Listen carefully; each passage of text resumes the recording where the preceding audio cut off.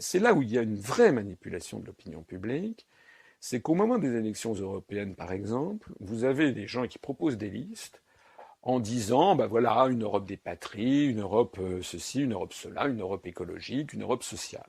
Mais il n'y a aucune liste qui dit aux Français, si on veut changer d'Europe, il faut changer les traités. Or, les traités se changent à l'unanimité.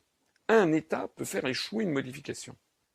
Donc, quand on propose une Europe sociale, ou une Europe écolo, ou une Europe ceci, ou une Europe des travailleurs, c'est pas aux Français qu'il faut aller le dire.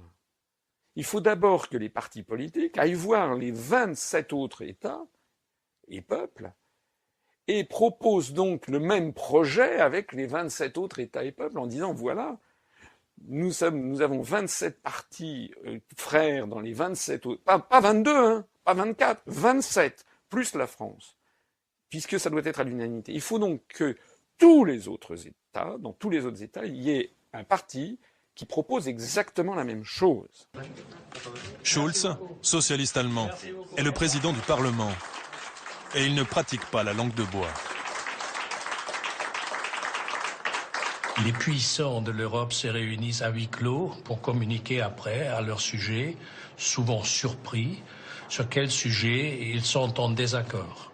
Si vous avez finalement un qui dit non, et il y a un spécialiste à l'autre côté de la Manche qui dit souvent non, toute chose bloque. Et pour pas rendre public, on n'a pas l'accord, on fait des formules, on a reporté, il faut réfléchir. On est séduit comme politicien ou politicienne souvent, si on n'a pas de résultat, de le camoufler, de le cacher derrière des formules qui sonnent belles, mais qui sont en vérité vides. Si on voit les conclusions, il y a souvent des conclusions un peu artificielles. La conclusion, c'est que l'Europe est irréformable, elle ne peut être que comme elle est.